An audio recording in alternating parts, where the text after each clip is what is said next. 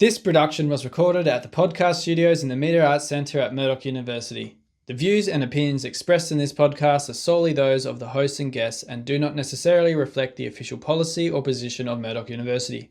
Any content provided by the hosts and guests are their personal opinions and are not intended to represent the views or opinions of the university, its administration, faculty, or staff. Now we have that out of the way, let's talk science.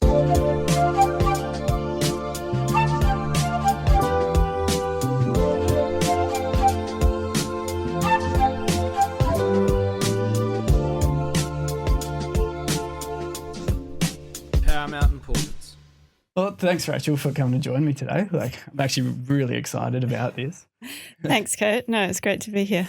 You're actually my first guest since 2019. So. Oh, wow. Okay. Excellent. So I'm sure there's going to be a bit of cobwebs coming out of on how to. Well, actually, it's probably going to be really natural for how we conversate because I do work for you a lot with the demonstrating and all that.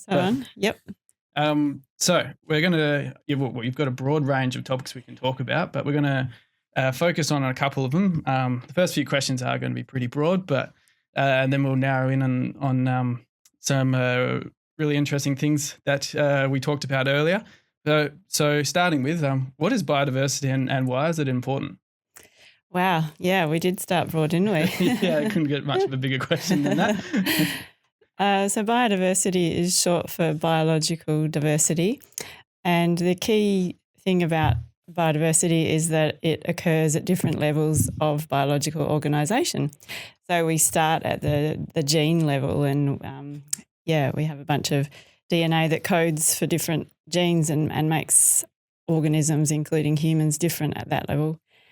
And then we move up to the next level of species. So we have species diversity, community diversity, and then even ecosystem diversity. So once you mush all those layers of diversity together, you get the full complement of biodiversity in a system. And that biological diversity is important for ecosystem function.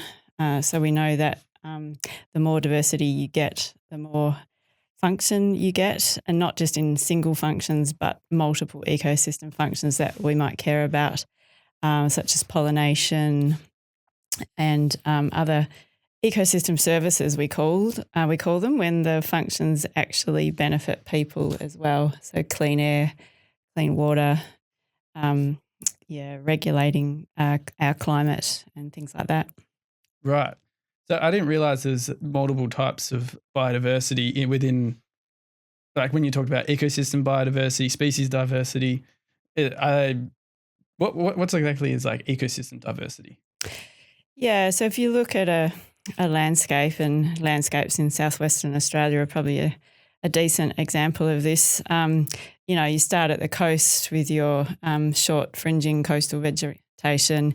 You move into the scrub or shrublands, and then in some parts you'll get forest. And so already we've walked through 3 different types of ecosystems there, and that's not even counting the estuarine and marine ones that you're more familiar with, Kurt. So it's nature is diverse, and we know for a fact that diversity counts when we need our systems to be able to recover from the types of climate disturbances that we're subjecting them to at the moment.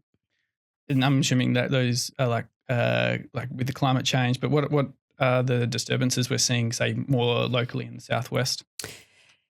In the southwest, we're seeing more severe drought. I mean, drought's always been characteristic of our Mediterranean climate ecosystems for a very long time. But the droughts are getting more severe, more frequent, and so the capacity of our ecosystems to recover from those disturbances will be less if they haven't got their full complement of diversity. Right. So if there's, say, a drought-tolerant species that does really well and, say, it just takes over the, say, Jarrah forest, is there a benefit to having like one species that thrives, or what's the negatives to like if you have low diversity?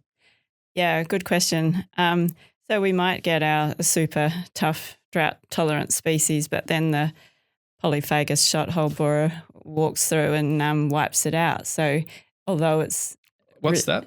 the borer, that's causing problems with our trees at the moment. It's an example of a pest that can come through and cause mortality events of different tree species at the moment. So you might have seen councils going around and cutting trees down in some areas, and that's to remove the worst affected trees in an attempt to try and limit the spread of this borer.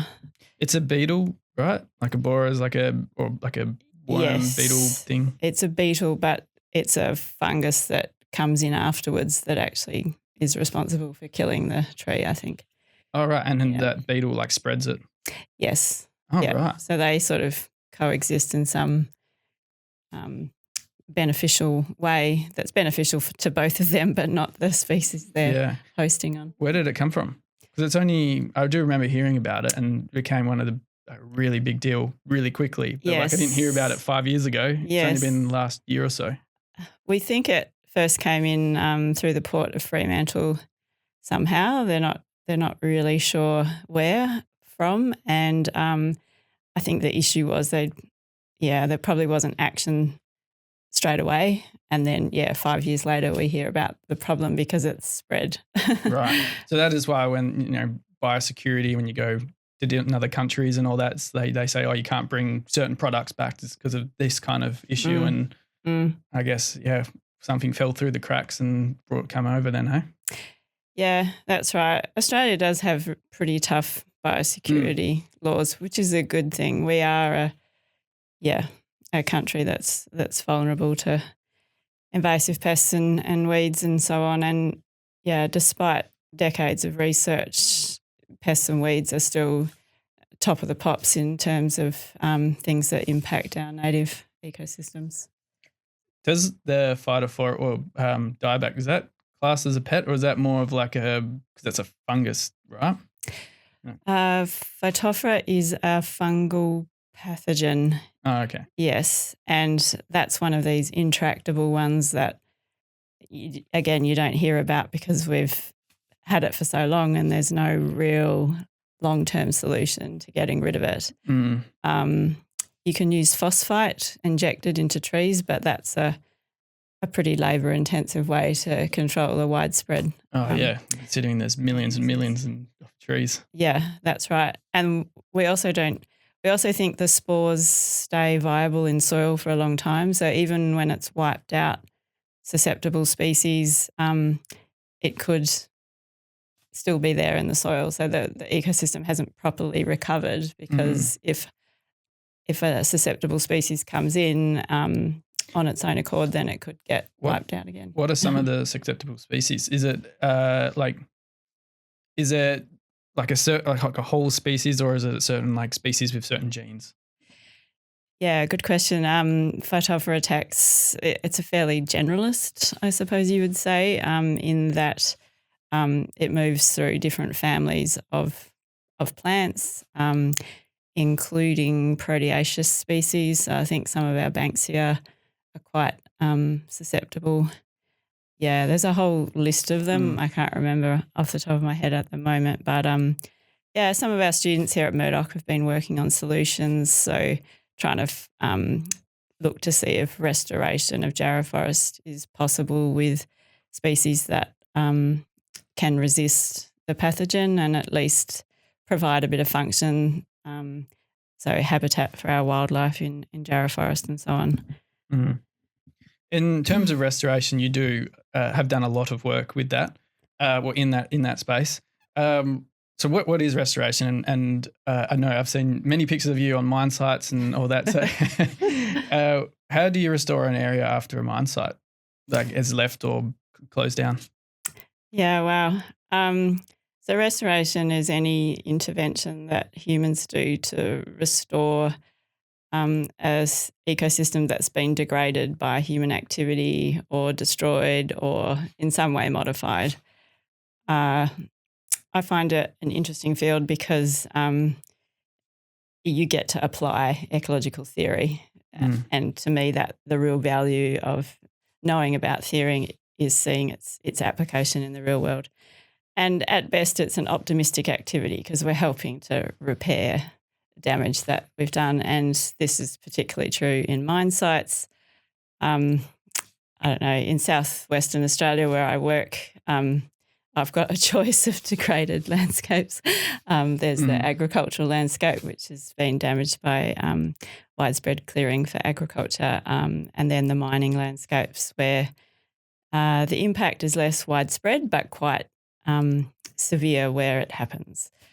So, a few of the local mining companies have spent a long time trying to research how to put ecosystems back. I guess the big picture is that we can't do what nature does.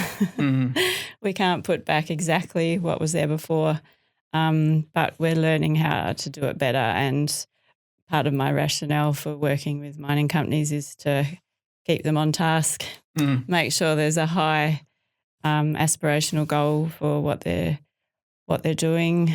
So the sort of ecological theories that we lean on are vegetation succession. So one of the oldest theories in ecology is predicting how communities assemble after disturbance. You know, what species come in first and do they help or hinder the next arrivals? What sort of rules are there so that any interventions humans do is kind of assist the development of the ecosystem rather than send it off on a different trajectory. I do remember hearing this in one of your lectures back when I was an undergrad, and it stuck with me forever. It was about the succession of plants, and then like when I've been able to see it in real life, especially after like a fire's come through, and then you see all this, like it turns really green really quickly, and it's like a lot of small shrubs, and then it like obviously looks very different to a bushland that hasn't had disturbance for a long period of time. Can you elaborate more on the types of species that come back? And am I correct by saying there was like 3 types of succession or 3 stages or something? Yeah, so because the theory is so old, a lot of people have attempted to come up with different models of succession. So I think, the lecture that you remember is probably me talking about different models. But one of the most popular models, I suppose, is the idea of the early colonizer, and we call those the species that come back first are the pioneers. Yeah. So, and they can either facilitate or help later arrivals, or they can hinder them, or they can sort of be neutral towards them. For example, what are some examples of those like pioneering species? Yeah, so in Australia in particular, acacia are often pioneer species. So acacias are legumes, which means they fix nitrogen from the atmosphere in soil, which makes They're like them, a small shrub. Yeah. It's one of our most diverse genera. So acacias and eucalypts, you don't walk into many vegetation types in Australia without seeing an acacia or a eucalypt. Like they've radiated into all sorts of climates and soils, including, alpine regions right down to, mudflats or whatever. So, very successful genus for both of those genera. Acacias, so they're the wattles. They're the yellow pom-pom flowers. People will have been familiar with those. My mum had the golden wattle cookbook when I was a kid. Is that like cooking with them? No, it was just a name for a very popular recipe book in the 70s, and there was a fantastic photo of a golden wattle on the cover, and it was right. I reckon my mum and grandparents would definitely have that though. Mum's got like a whole almost bookshelf of different cookbooks, and like she'd cut out pages from like I can't remember the types of magazines, and have like binders of cookbooks. Anyway. So as you might imagine, if you get an acacia moving back into a disturbed system and it's fixing nitrogen, then that could be beneficial for other species because there's a bit of nitrogen. So plants need, as a basic, phosphorus, nitrogen and potassium, and then they're pretty much good to go. So if acacia are providing that one. Because our Australian soil is quite depauperate of minerals and things. So I'm guessing having those species there is actually what feeds a lot of our other, is what you're saying is feeds our other fauna. Well, so not fauna, plants. Yes, that's exactly right. So our soils are among the most infertile in the world on a sort of global scale, and that's because why is that? Oh yeah, that's because of long-term and I mean geological timescales weathering of our landscapes. So basically, the topsoils have all been blown off and left with this really nutrient deficient. But because it's been happening over geological timescales, our plants have adapted to that scenario. They're amazing, and there's a ton of different nutrient acquisition strategies that our plants have that are more advanced here than other places in the world. Right. I definitely see the sort of same thing with our fish, which I won't go into. But going back, what is the most fertile soils then? I remember it's been like near volcanic areas, right? Yeah, so volcanic activity is a big, creator of fertile soils. You get all that lava, not larvae. Yeah. Now I'm going to the fish. So I went to the US on a sabbatical a couple of years ago now, and one of the most striking things to me as an ecologist was how different their landscapes are compared to where I'd come from, and a lot of that was because places like Yellowstone had been volcanically active in the fairly recent past, and so we're still seeing the kind of legacy of that activity. The other thing about the US is the amazing mountain building activity. So literally tectonic plates like smashing together to make the Rocky Mountains, and we just have not had anything like that here in Western Australia. The dividing range in Eastern Australia is a sort of a lesser example of that, where we had a small mountain be same created. as the Stirling Range here. Yeah. Pretty much the only mountains in WA. It's like a small pimple in comparison. Yeah. So where I was in the US, I was higher in everyday life than the top of Mount Kosciuszko, which is like the highest point in Australia. So, really? Wow. Yeah. I didn't never heard that comparison, but or even thought of it in that way. That's how high the altitude is there. Yeah. Did you have any trouble breathing? I tell you, well, as you know, Kurt, I'm a bit of a runner, and people told me it would take 6 weeks to get used to running at that elevation, and that I would come home super fit because I'd been running at elevation. But oh, mate, I don't think I ever got used to it. Really? It was pretty challenging. Yeah. Yeah, right. Interesting. Yeah. How long were you there for? I was there for about 6 months. So I went over to learn about rangeland restoration. So rangeland, sorry? Yeah, so rangelands are common to both Australia and the US. So I thought I could benefit management of our rangelands here by going over there to see how it's done in the US. So rangelands refer to areas we allow grazing by livestock, so mostly cattle. And there are 10 times more ecologists in the US than Australia. So lots of people to interact with and learn from. Did you learn some new innovative techniques or use different technologies over there than what we have here? I've had the opportunity to work with different people. I one of the goals of going over was to learn a new skill. So I learned how to extract DNA from soils. Right. How do you do fun. It's just like following a recipe, I found out. The more complicated piece is interpreting the data that come out. Once you've extracted the DNA from soils, you send it off to a lab. Everyone does, even the top soil microbiologists do that. And then it's interpreting the information that come back, and that's usually depends on how good the sort of libraries are for the soils that you're working on. And what's the benefit of finding out the DNA of soil? Yeah, so traditionally, if you're a soils ecologist, you've been rather frustrated because soils are kind of called a black box, I suppose. We don't know what's happening in them, and so looking at the DNA has been one way to open that box, if you like, because we can see what species are there. And a lot of microbes do a lot of work in soils, recycling nutrients and turning over organic matter, as an example.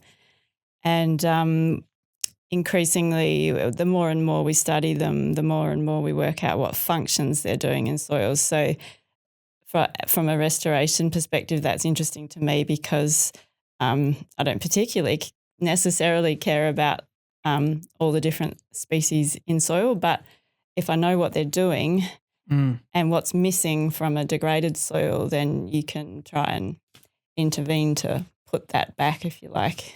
Yeah. I'm actually speaking to a soil ecologist next week. So Cool. This is some good learning. I'll be able to formulate some questions. Talking about the soils, though, going back to the mine site restoration, because obviously they dig a big hole, and you've talked about the topsoil, especially being quite depauperate in minerals or whatever in Australia. They keep the topsoil before they dig, right? And then they put it back over the top.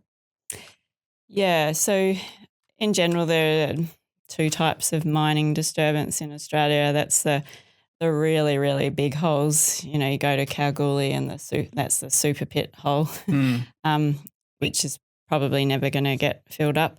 Or there's surface mining, which is what happens with mining for iron ore and bauxite, which are two of the big commodities we mine here in the state. And restoration after surface mining is less challenging than trying to restore a big hole. So after surface mining, they tend to try and put topsoil back, and that happens in the southwest, less in the Pilbara, because topsoil is in limited supply. But that's probably been arguably the biggest game changer in restoration science, learning that the fresher the topsoil is, the better the outcome for restoration of the community. Right. And we've cleared land, a lot of the topsoil, like in terms of estuaries, we hear about when you clear a catchment and all that, the sediment infilling because it doesn't hold the topsoil there. So it all gets washed into the estuaries and that infills that. But in terms of like the terrestrial fauna that's losing its, how deep is topsoil? Like how far down do you have to go till you start calling this not topsoil? Yeah. A soil scientist would start talking about A horizons and B horizons and stuff. Our general rule of thumb when we're doing any sampling is to think about the top 5 centimetres, then the top 10, and then the top 30, and sort of beyond 30 centimetres, you'd probably start calling it subsoil. So like tree roots go down a long way. I'm not going to make I don't know, and I know it's different for different plants. So why would topsoil be important to them if it's only 30 centimetres deep? Yeah, good question. So first of all, the topsoil will have the seeds of those plants in it if it's fresh. Okay. So it's a source of seeds. And those soil microbes that I talked about earlier will also be good to go. They're ready to do their thing, whereas if the soil's been sitting around for too long, they'll eventually die off. That's because the feedback between plants and soil is what's keeping things alive. So if that topsoil's been sitting around in a pile with no plants growing in the middle of the pile, you can imagine that over time that's just going to die off, as it were. Right. Okay. Because it's what keeps it alive is those microbes and everything. God. Okay. That makes, I always thought like, oh, just take the topsoil off and then you can just put it back over. But it's, it's essentially, would you call it dead? Or the middle bits? Yeah. And then not even just having live soils growing, live plants rather growing in the soils, but the input of litter and so on. I mean, those microbes are eating up that as it's coming through. So is there any like work in this space to try and like keep topsoils alive or anything to put back over the top of to use for restoration in whatever purpose that it may be? Yeah. We'll just minimizing the time between. So what some companies will do is clear one spot for mining and take that soil and put it somewhere else straight away, kind of thing, to restore that other site, if that makes sense. So they're moving it around. But then it's got to be like within a certain distance, right? Otherwise it's like you're moving, say, a jarrah forest to a carry forest or something. Correct. Yeah. So it's all got to be, and they know the soil type. So there's lots of different, for jarrah forest there's the Havel types. So they describe lots of diversity within soil vegetation complexes. So they try and move the soils within those complexes, if that makes sense, so that you're not growing a community that grows along the stream. You're not trying to put the soil from that to a top of a ridge or something, Yeah. One of my first jobs, I worked with my mate who does seed collection for mine sites, which, we're collecting all these, had to go to certain areas to collect the seeds there. We were up in like Newman area and it was like 50-degree days, super hot. But it was interesting like how much seeds we collected, and they said they just like the mine sites buy it back off them for the restoration, which was, it was a pretty interesting process because like how do you prioritize like what species or habitats to focus on? Like, so ideally you want some, we call it a reference ecosystem. So, goal setting is in restoration is very important. And ideally, according to international standards, the goal should be around putting back what as close to what was there before as you can.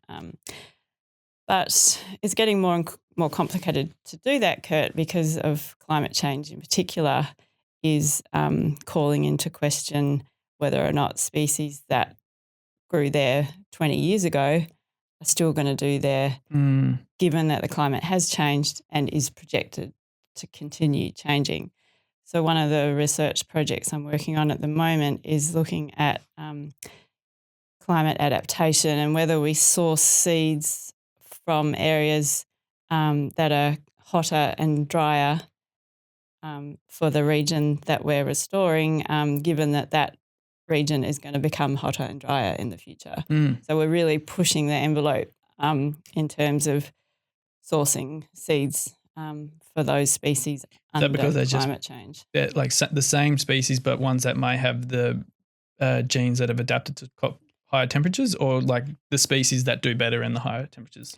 So at the moment, it's just within a species distribution. So if you can imagine the distribution of a species will go across a climate gradient, and we're targeting the hotter, drier end of that gradient for those species that should occur in that location. We haven't gone to the next step, which is saying, okay, jarrah's growing here at the moment, but it's getting hotter, so should we be planting wandoo here instead? Because wandoo is the sort of drier, adapted eucalypt. That's a it's almost next level ethical question, ethical dilemma. Yeah. And I feel like as a scientist, some of the problems that we're facing do require that multidisciplinary, okay, let's ask the ethicist what we should do here. What should we be restoring and how should we be going about it? And I mean, restoring might not even be the right word anymore because if we're going back to, pre-European vegetation, then is that realistic under climate change? And this is the type of issue that the nature repair market is grappling with, right? So Australia is one of the first to have a nature repair market, so that's very significant. But the devil's in the detail, working out. Can you say what is a nature repair market? So a nature repair market says that the restoration that we do should have an outcome for the people that do it and should have a value on it. So and it's riding on the carbon credit scheme. So as you might know, we have a scheme to plant trees to sequester carbon in an attempt to offset our carbon dioxide pollution. And people who do that get the credits for it, they're carbon credits. Measuring carbon's pretty easy. It's basically just the woody biomass that trees sequester. See, there's different ways to measure it. Everyone agrees on the metrics and, it's generally okay. But as you might imagine, for a nature repair market, putting biodiversity back, and as I said, there's many different levels of biodiversity, many different ways to measure it. And then the question of, okay, what we should be putting back. But the nature repair market is probably it's still in development, but it's probably going to be based around biodiversity certificates. So if a proponent, landholder, does an intervention, say they control weeds in an area of bushland that happens to be on their farm, and that intervention is successful over a period of years and native species start to grow in higher numbers than before they did that intervention, then they could get a biodiversity certificate for that piece of land, for that piece of work, and that certificate's tradable. So if the farmer decides to sell the property 20 years down the track, then the property would attract a higher value because it's got this biodiversity certificate attached to it. Right. So it's an interesting concept. Putting a value on having nature in our landscapes. Oh, okay. Game changer. Yeah, that is a game changer. yeah, I can definitely so the fact that it wasn't thought of, I guess, earlier when you say you got land and I know I come from a big farming family. They always talked about the grass is always really good over here compared to this farm. They've got multiple farms. So they put certain type of cattle there that they're trying to grow or whatever, however they do it. But yeah, you can't, it's not like the area of land, say the wheat belt compared to down south, 1 hectare versus a hectare there down south is a lot more valuable. But it was more just of what's the way I'm trying to explain it? I guess it's just known, but with this is now actually putting a value on it and a measurable. So how do you measure, well, you said it's biodiversity within that there. Is there certain species that you're if you've got rarer species in that, it's that's a higher value, or is it, how does that kind of work? Good question. I think I've just joined a scientific advisory committee to try and work out some of these things. So this is fairly new. It's very new. The only other country, to my knowledge, that has anything like it is the EU, and they have a restoration law. So they're trying to regulate the restoration of nature through a law. So more of a stick approach, I suppose. and the suggestion is that the outcome will be something like a biodiversity certificate, like I've just suggested, might happen for our market. But Australia is one of the first to suggest a market.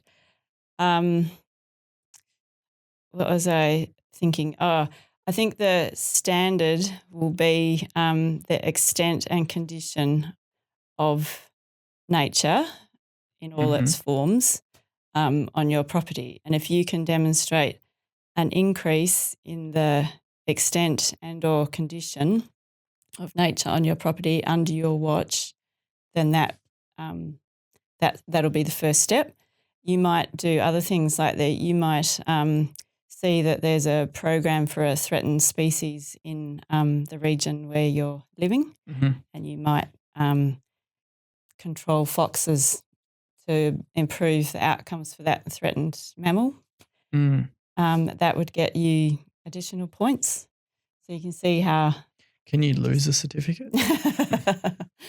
Oh wow! If it goes down, nature negative. Because it definitely could happen. Like you do all this work to restore a place or however it works, and then you end up like clearing some more land to extend the farm, or something goes through. I know, especially when we had a few cyclones come through, or actually tornadoes on the farm, and it just like the farm has trees on it, but when you take away like the whole bush, those trees become more susceptible to the high winds. And then like I just remember seeing the aftermath. I think there was like say 30 trees in one paddock. The cyclone, I'm pretty sure it was a tornado, just went through and took out more than half of them. And like these were massive trees, and they just straight down. And like I know that's not how the certificate would work, but if you did lose a whole bunch of biodiversity. So you mentioned two different things there. One is deliberate clearing, and yes, you would definitely lose your certificate if you did that. But if it's through natural causes, and my guess, and I don't know this for sure, my guess would be that there'd be some time that was allowable in which you could see the recovery of that vegetation from that extreme tornado event. So your shares, I suppose, might dip for a bit, but then they would recover, you would hope. But there's uncertainty in how this is all going to play out. With the carbon credits, can like a mine site say they've got a lot of mine sites would buy like a farm as well, and I guess that's them to try and get carbon credits to then offset the other things they're doing. If they get these certificates, does that kind of like, would it work? They sell, or farmers like sell their certificates to not help, but like offset poor behaviour elsewhere, or behaviour elsewhere. No, it's not meant to. There are biodiversity offsetting schemes, but that's a different type of scheme. It's not necessarily one that the nature repair market is aiming to incentivise. Who does these assessments? Like is it the government departments that are assessing this, or like you said, you're on a committee, obviously you're at Murdoch. So they obviously have to have scientists involved, and I'm assuming the people at government are scientists too. Yeah. Like who are the organisations that are doing this? So this is a federal government piece of legislation, and they will have a regulator. So for carbon, the Clean Energy Regulator is who oversees the crediting scheme and assesses the projects that come in and gives credits to proponents accordingly. It'll be similar for nature repair. The government have just set up an advisory team. I think there's one ecologist on that team, interestingly. Right. I put my hand up for that as well, but I think they had an ecologist, so they didn't need another one, and they've got business people involved in that advisory committee as well, and an Indigenous representative, because this is an opportunity for Indigenous-led restoration, which is important too. But yeah, so the advisory committee that I'm on is for a company called Accounting for Nature, and they are a private organisation attempting to get as many people involved in nature repair as possible. And my role helping them is to assess the methods that are coming through the door. So their aim or their idea was that if they allow as many methods as possible, then they'll get more people signing up to do stuff. So just have to make sure that there's rigour in what's being done, the metrics that are being used to assess success, given that there's different ways of assessing that, and feasibility, like is the person working in a landscape where what they've suggested is likely to result in a good outcome. So these people where you said they can sign up to help out, is this community or is this other scientists or a bit of both? It'll be landowners in the first instance. The parts of Australia sort of lend themselves to this type of activity. So our wheat belt is a good example. There's probably areas that were cleared for farming that potentially shouldn't have been cleared in the first place. The sort of marginal is what we call them. And they're even more marginal now because of climate change. So those areas we can restore without impacting on our potential to grow food, because it's likely that these areas... Is that what you mean by marginal? Like it doesn't... sorry. So I'm mixing... See, that the old way we value systems is in a production sense, right? Yeah. How good they are for farming. But now I think with this new lens, we've got how good they are for farming and then how good they are for nature, and hopefully those things can coexist.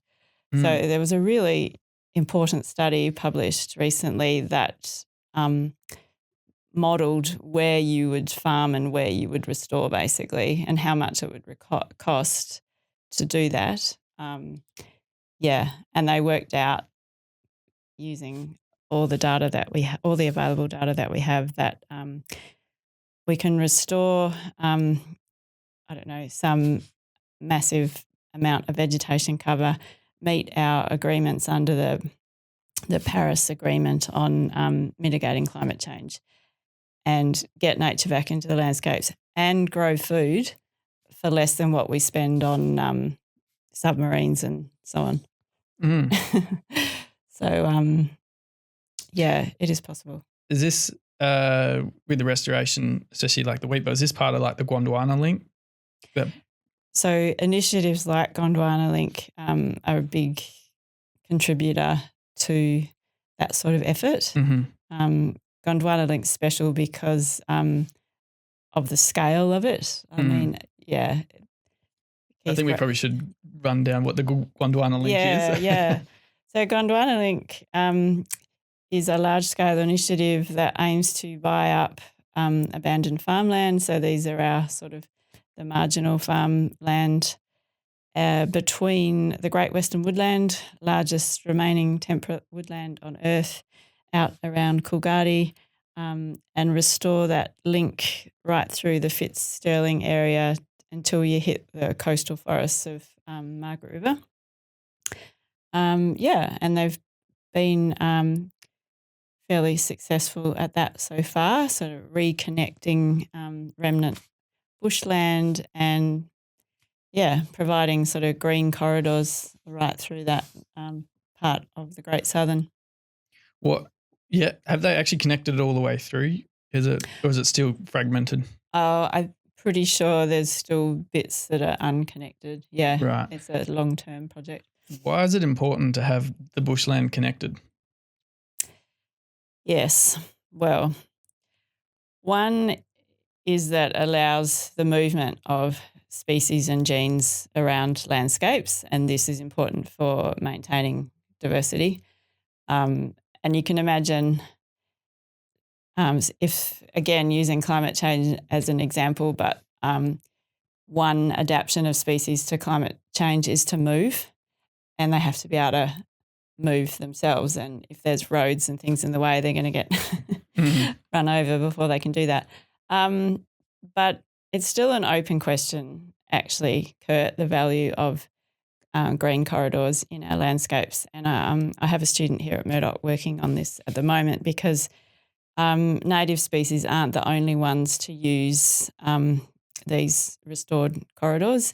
Our invasive predators will use them as well, so cats and foxes. So if they're laying there waiting for the native mammals to move through and then they get eaten, then the corridors are both a disbenefit and a just benefit. sort of funneling the native species to them. But the idea would be it's on a wide scale, right? Like when the connection is like remember like the bottleneck effect of like the genes and everything, because that's it's important to have them connected, right? So as you said, like the diversity, the genes, they flow through, so you don't get the whole same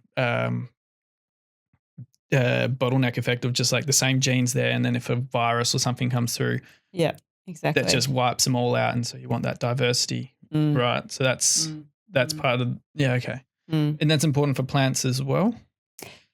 Do they need to be able to flow through a connected bushland, or can they, because like I'm assuming a lot of the pollen and everything is actually transported by flying things or through the air themselves? Good question. So plants stay still, but their genes don't, I suppose, is the short answer.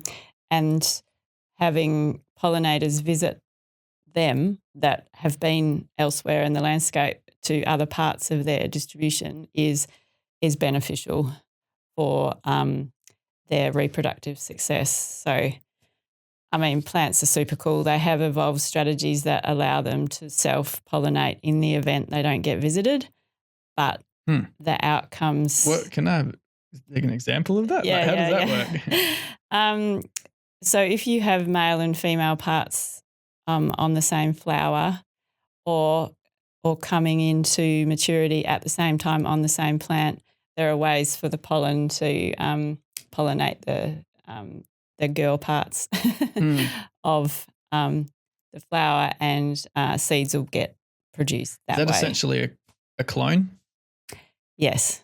Does that mean it's infertile? No, so that's the tricky thing. I think plants have evolved this strategy because they realised they needed to hedge their bets a bit in case they didn't get visited by a pollinator. So for some plants, they'll, produce seeds. Those seeds are viable. The populations will persist. Does that mean it's how recent is this adaptation? And is this worldwide or is this only in Australia? This is worldwide and it's evolved multiple times across different plant families. But there's also for some species, it's not the best strategy. So for some species, a better strategy is out-crossed pollen, they call it. So pollen from a different population coming in and fertilising the plants in that population to keep diversity.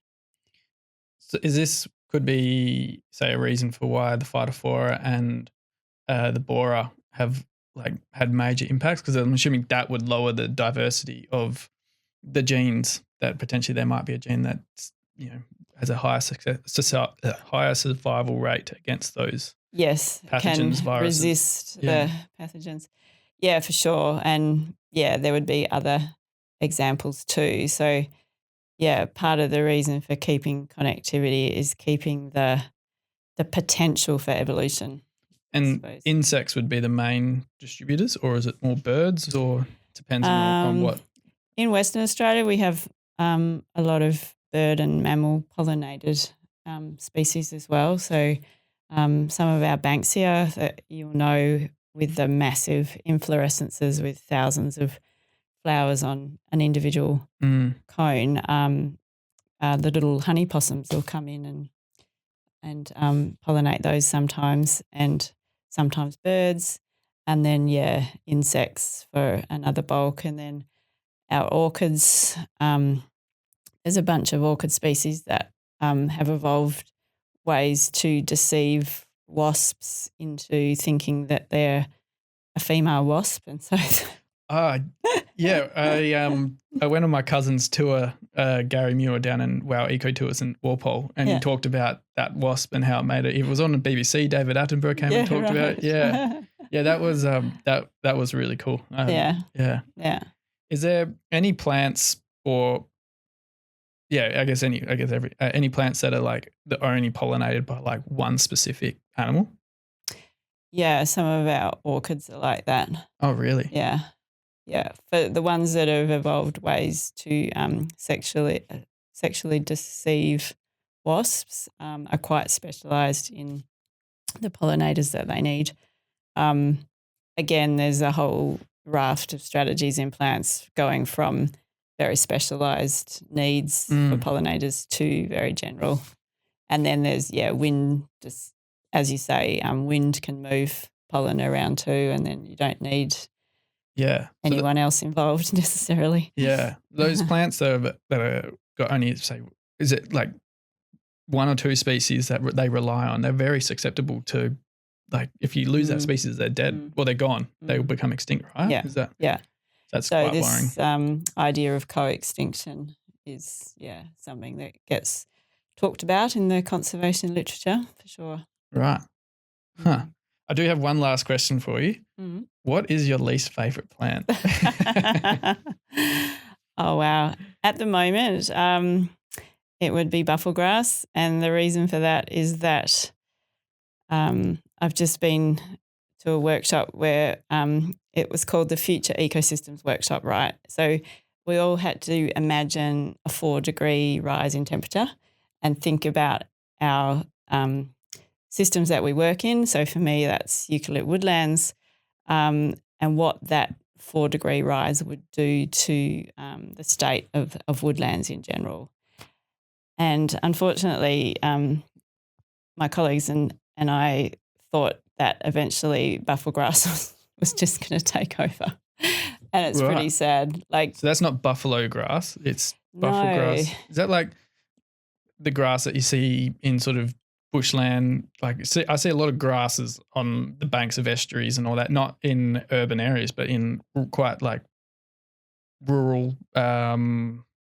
uninhabited would be the word, of these estuaries, and there's grass there. Is that bufflegrass?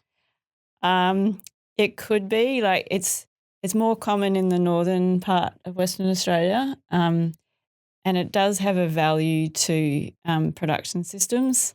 So it's actually being considered whether or not to list it as a weed, because a weed of national significance, which would help its management or not. And the kicker is that, some people find it valuable because livestock can eat it when it's young, and it's very robust, survives just about anywhere. Whereas, people concerned with nature conservation are concerned that it's invading and outcompeting native species in some of our systems. When you say outcompetes, it means it's like sort of it's one of those pioneer colonizers that sort of gets into an area, covers the surface, and then doesn't let seeds penetrate through, or and prevents the recruitment of the canopy species as well. So eventually, you would lose the trees and shrubs and be left with a grassland. That was. Is there mitigation against that at the moment, or still working out ways for that? Yeah, still, if it gets on the list, that means that there's laws around its management, and it makes it a bit easier to insist that some sort of management happens, but it's also very widespread, so it's a bit tough. Gene technology has been suggested as a way to try and control it. I'm not 100% sure how that works, but it's one of those innovative things that you hope humans might come up with in future to deal with our most challenging situations. And buffel grass is now my least favourite plant too. We can't have an Australia without eucalypts, Kurt. Like, No. that would just be too sad. No, exactly. Like my favourite would be the jarrah, just growing up in jarrah forests. And it's we're very special. I do love the different, like, as you'd start up north or going up north, it's like tall trees, or especially in the southwest with the Karri forest. It gets smaller and smaller. Yeah. So there's no trees. Yeah. Thank you so much for coming in. This has been great. I think maybe with a slight bits of audio issues, but I think it sounded great. And yeah, it's been an awesome guest. I think I asked maybe like 4 or 5 questions from this list, and we just went down whole round. You've got so much knowledge, and I know we could talk about so many different topics, which I'm sure you'll be back on here again. Thank you so much for coming. Thanks, Kurt. This has been great. Awesome.